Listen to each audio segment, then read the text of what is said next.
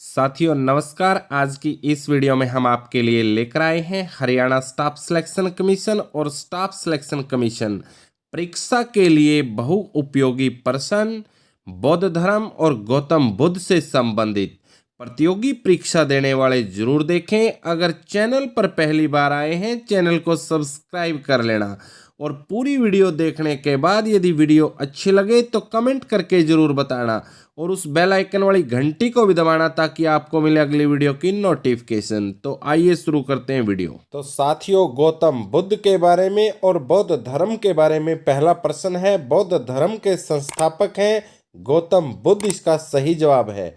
और गौतम बुद्ध का जन्म 563 बीसी यानी 563 ईसा पूर्व में हुआ और कपिल वस्तु लुम्बिनी नामक जगह में हुआ, जो कि आजकल नेपाल में वो जगह है।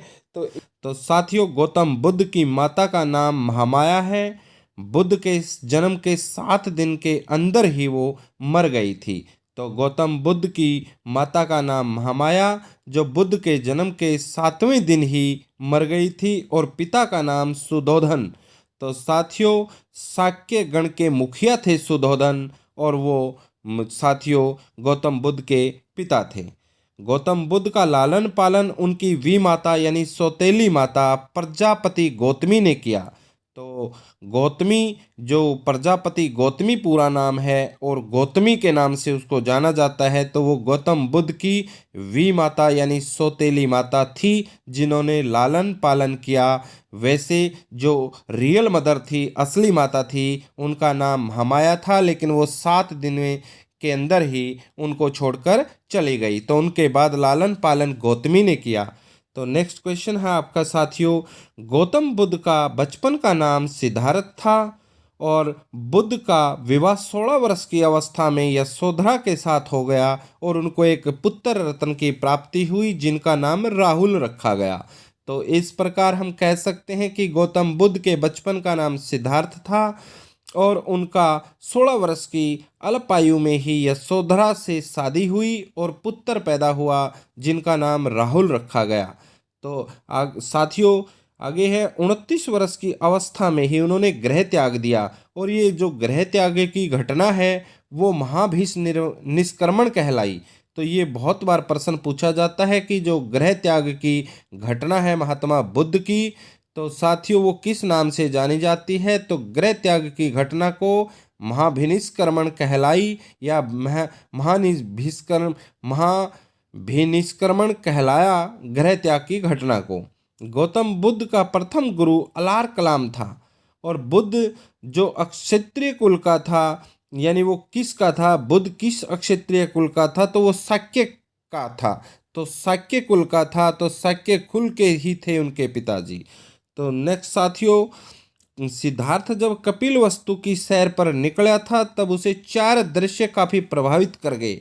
तो सिद्धार्थ थे जो जब कपिल वस्तु की सैर पर निकले, यानी गौतम बुद्ध जब कपिल वस्तु की सैर पर निकले तो उसको 4 दृश्य काफी प्रभावित कर गए। और वो 4 दृश्य ये थे, एक बीमार व्यक्ति, एक बूढ़ा व्यक्ति, एक सन्यासी व्यक्ति और एक शव।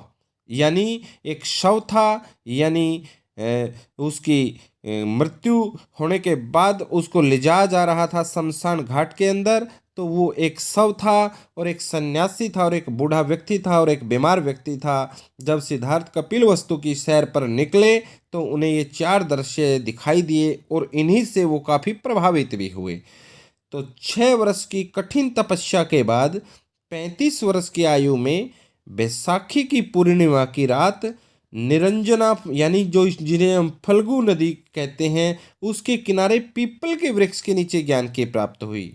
तो 6 वर्ष की कठिन तपस्या के बाद 35 वर्ष की आयु में वैसाखी की पूर्णिमा की रात फल्गु नदी के किनारे पीपल के वृक्ष के नीचे उन्होंने ज्ञान की प्राप्ति की। तो हम कह सकते हैं, पूछ भी सकते हैं कि किस वृक्ष के नीचे उन्होंने ज्ञान की प्राप्ति की, तो पीपल के वृक्ष के नीचे। किस नदी के किनारे, तो निरंजना और फल्गु नदी के किनारे। और किस रात को, तो पूर्णिमा की रात को, जो वैशाखी की पूर्णिमा थी। और किस आयु में, 35 वर्ष की आयु में। तो साथियों, जो ज्ञान की प्राप्ति के बाद सिद्धार्थ का नाम बुद्ध के नाम से जाना गया और वो स्थान जहाँ पर उन्होंने ज्ञान प्राप्त किया तो वो बोध गया के नाम से जाना गया। तो बोध गया क्या है? बोध गया वो जगह है जहाँ पर महात्मा बुद्ध ने, गौतम बुद्ध ने तो साथियों ज्ञान प्राप्त किया और ज्ञान प्राप्ति के बाद ही सिद्धार्थ का नाम बदलकर बुद्ध के नाम से जाना जाने लगा। तो बुद्ध ने अपना जो प्रथम उपदेश था वो सारनाथ में दिया, जिसे हम ऋषि पत्तम भी कहते हैं। और जो बुद्ध का प्रथम उपदेश था वो धर्म चक्र प्रवर्तन कहलाया। तो यहाँ ये प्रश्न भी बहुत बार आता है कि बुद्ध का जो प्रथम उपदेश था वो किस नाम से जाना जाता है? तो धर्म चक्र प्रवर्तन के नाम से जाना जाता है। तो साथियों, बौद्ध धर्म ग्रहण करने वाली प्रथम महिला गौतमी ही थी। तो बौद्ध धर्म ग्रहण करने वाली प्रथम महिला गौतमी ही थी और बुद्ध ने सबसे अधिक उपदेश श्रावस्ती में दिए।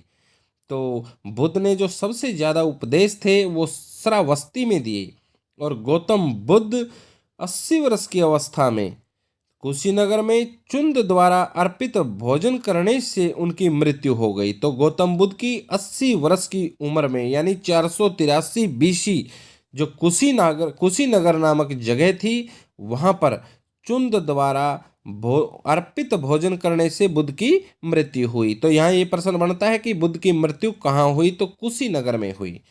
तो साथियों, बुद्ध की मृत्यु जो थी उस घटना को किस नाम से जाना गया? महापरिनिर्वाण के नाम से जाना गया। तो ज्ञान प्राप्ति यार और इसकी मृत्यु की घटना, तो इनको ये आपने अच्छे से याद करना है। तो साथियों, प्रथम बौद्ध संगति जिसका समय रहा है 483 ईसा पूर्व और स्थान रहा है राजगृह और अध्यक्ष रहे हैं इसके महाकश्यप उपाली और शासनकाल किसका था? अजात शत्रु का था प्रथम बौद्ध संगति के अंदर। और द्वितीय बौद्ध संगति के अंदर साथियों जो समय था वो 383 ईसा पूर्व था, स्थान वैशाली था, अध्यक्ष स्वाकामी थे और जो शासनकाल था वो काला शोक का था। और जो तृतीय बौद्ध संगति थी उसका समय 255 बीसी रहा यानी 255 ईसा पूर्व और स्थान था जो पाटलिपुत्र और अध्यक्ष थे मोगली पुतिश और शासनकाल रहा अशोक जियों का। तो चतुर्थ बौद्ध संगति थी जो उसका समय रहा पहली शताब्दी, स्थान रहा कुंडलवन यानी जो कश्मीर है और उसके अध्यक्ष थे वसुमित्र और अशोक घोष और शासनकाल रहा साथियों कनिष्क। और जो चतुर्थ बौद्ध संगति थी उसको बौद्ध धर्म दो भागों में बंट गया। उसके बाद हीनयान और महायान के नाम से वो बौद्ध धर्म को जाना जाने लगा और चतुर्थ बौद्ध संगति के बाद ही बौद्ध धर्म को दो भागों में बांटा गया, हीनयान और महायान। तो बुद्ध के मध्य मार्ग को सबसे उत्तम मार्ग बताया गया है। और जो बौद्ध के पूजा स्थल थे तो बौद्ध के पूजा स्थल को चैत्य कहा गया और बौद्ध धर्म के लिए विख्यात विक्रमशिला विश्वविद्यालय की स्थापना धर्मपाल ने की और सबसे बड़ा स्तूप जो कि सांची में है बुद्ध के गृह त्याग का प्रतीक घोड़े को माना जाता है। तो ये प्रश्न भी बहुत बार आता है, बुद्ध के गृह त्याग का प्रतीक किसे माना जाता है? तो घोड़े को माना जाता है। तो बौद्ध का पवित्र ग्रंथ था पिटक और पिटक का जो अर्थ होता है वो टोकरी होता है। तो बौद्ध का पवित्र ग्रंथ पिटक और पिटक का अर्थ टोकरी होता है।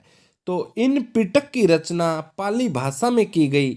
सुत्त पिटक, इसमें गौतम बुद्ध की शिक्षाओं का वर्णन है। कई बार पूछा जाता है कि गौतम बुद्ध की शिक्षाओं का वर्णन किस पिटक में है? तो सुत्त पिटक में है और पाली भाषा में इनकी रचना की गई। और जो विनय पिटक है इसमें बौद्ध भिक्षुकों के लिए जो आचरण संबंधी नियम थे, जो बौद्ध भिक्षुक थे उनके आचरण संबंधी नियमों के बारे में विनय पिटक में दिया गया है।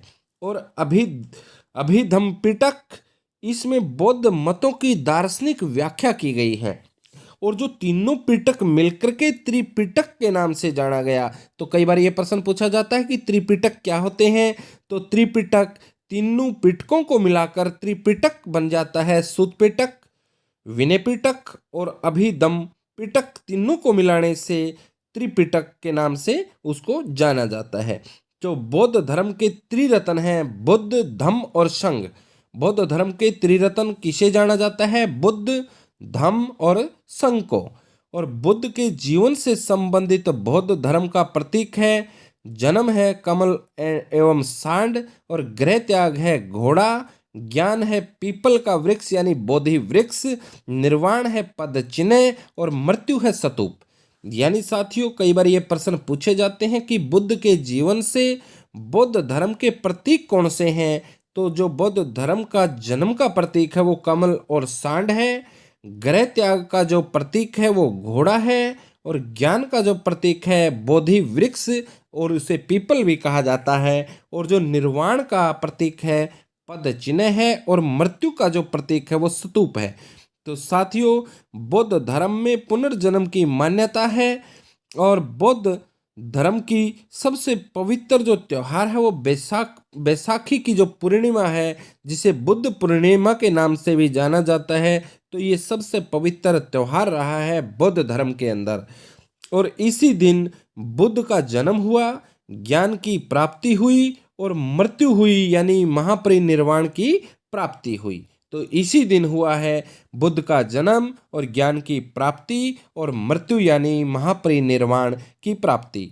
तो बुद्ध का जो अर्थ होता है वो ज्ञान होता है, और गौतम बुद्ध को एशिया का ज्योतिपुंज भी कहा जाता है। तो कई बार ये प्रश्न पूछा जाता है कि एशिया का ज्योतिपुंज किसे कहा जाता है? तो गौतम बुद्ध को एशिया का ज्योतिपुंज भी कहा जाता है। तो साथियों, ये बौद्ध धर्म से हमारा जो संबंधित आपको प्रश्न परीक्षाओं में पूछे जाते हैं, कंपटीशन की परीक्षाओं में हमने कोशिश की ज़्यादा से ज़्यादा प्रश्नों को लेने की। इसी प्रकार हम दूसरे धर्मों को भी लेकर आएंगे, और बौद्ध धर्म को भी अगले पार्ट में हम बहुत अच्छे से और खुलकर विस्तार से लेकर आएंगे। तो यदि आप परीक्षा की तैयारी अच्छे से करना चाहते हैं तो चैनल को सब्सक्राइब कर लेना, और वीडियो यदि अच्छी लगी तो आप कमेंट करके ज़रूर बताना कि आपको वीडियो कैसी लगी, और वीडियो को शेयर अधिक से अधिक करना। साथियों, जितने अधिक मजबूत चैनल होगा इतना ही हमारा मजबूत ज्ञान भी होगा और मजबूत हौसला भी होगा, और आपकी तैयारी में लगवा दिए जाएंगे 4 चांद।